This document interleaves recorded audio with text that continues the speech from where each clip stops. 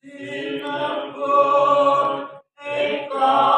prasetya iku tekad kang nyawiji penting keperluan bebrayan ojo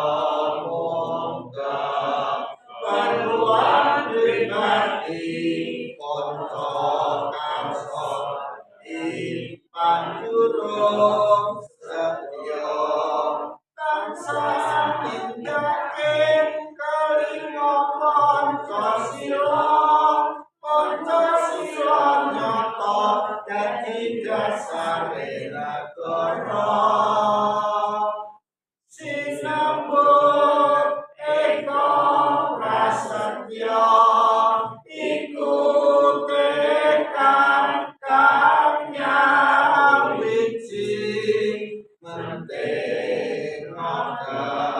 keperluan bebrayan ojo mungke perluan pribadi konco